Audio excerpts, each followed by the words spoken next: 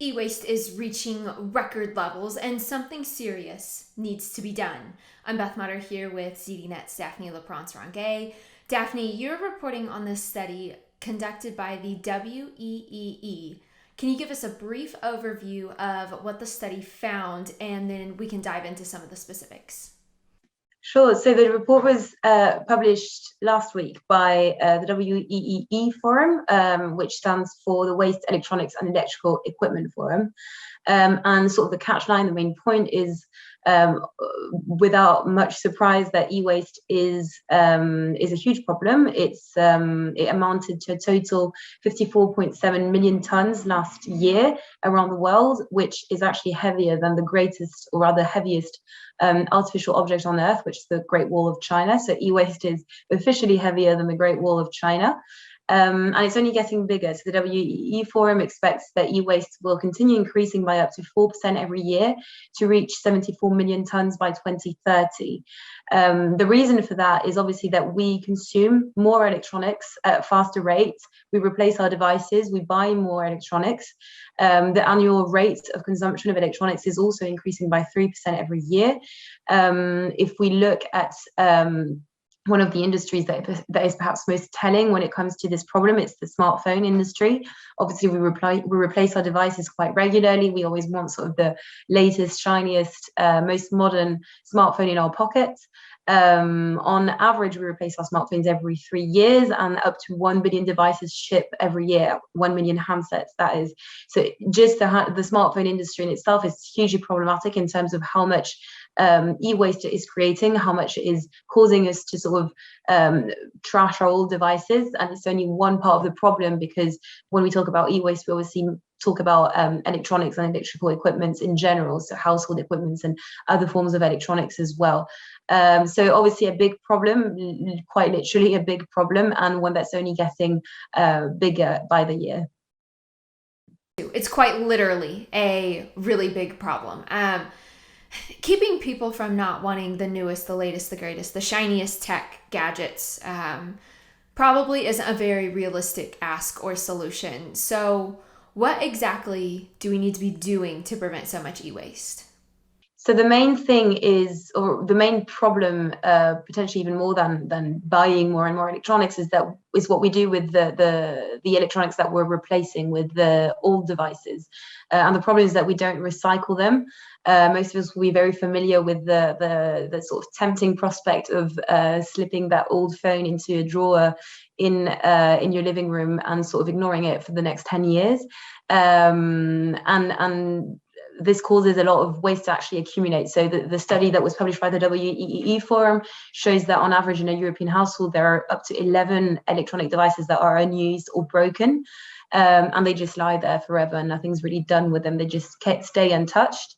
The other sort of avenue is to just put our old devices in the rubbish without recycling them, and then they just go to landfill.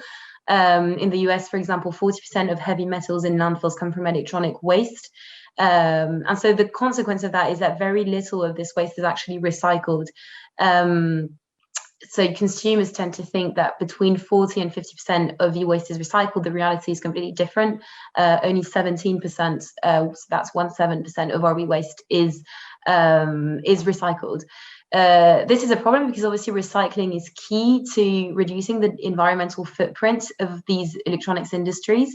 The reason for that is that every time you produce a new device, you mine materials, and mining those materials comes with a huge carbon footprint. If we could recover those materials from old devices, we could save a lot of carbon emissions being released in the atmosphere. The WEEE estimates that for every ton of material that is recovered, of material that is recycled, we save 2 tons of carbon emissions being released in the atmosphere. So the gains are obviously environmental, but they're also actually financial, because e-waste is actually full of very valuable materials. There's gold, there's silver, there's copper. Recovering this would also actually benefit these companies financially. This report that I mentioned that was published by the WEEE estimates that the total value of e-waste is currently around $57 billion. In 2019, only $10 billion of this value was actually recovered. So there's also a huge opportunity there financially for equipment manufacturers in recycling this e-waste that is just lying untouched for the moment. So clearly there's money to be made from companies, which should be a big enough incentive to reduce some of the e-waste crisis.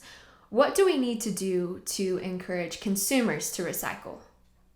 Yes, so obviously the first point of change is consumers themselves. So we need to raise awareness with consumers very simply. It's, as I said, very easy to sort of ignore the problem and keep a device unused in your house for years without really acknowledging it or having to deal with it. So consumers need to understand they need to take responsibility for their e-waste. There's also a problem of convenience. There needs to be better infrastructure. It needs to be much easier to recycle your devices. There need to be points of return for recycling that are easily accessible. And then, as you mentioned, it's also up to the companies themselves to make sure that e-waste is recycled properly. There should be programs to make it easy for consumers to recycle their old devices, and again, to raise awareness among consumers. Some of the major equipment manufacturers are already implementing programs of this kind. I'm thinking about Apple, I'm thinking about Samsung, who both have recycling programs in place where essentially you get points or credits for returning your old device so that it can be recycled, and then you can use those points or credits to buy a new device. So it's the kind of thing that is slowly being implemented by equipment manufacturers themselves to change the mentality, but it's very slow. It's taking a lot of time, and the problem of e-waste in the meantime is accumulating and is getting bigger. So we really need to change the mentality and introduce programs and infrastructure a lot quicker in order to resolve this problem of e-waste. Yeah, Daphne, this is a massive issue that needs to be addressed immediately. All right, thank you so much for reporting on this story. For more e-waste updates and tech in general, be sure to stick with ZDNet. Thanks for watching.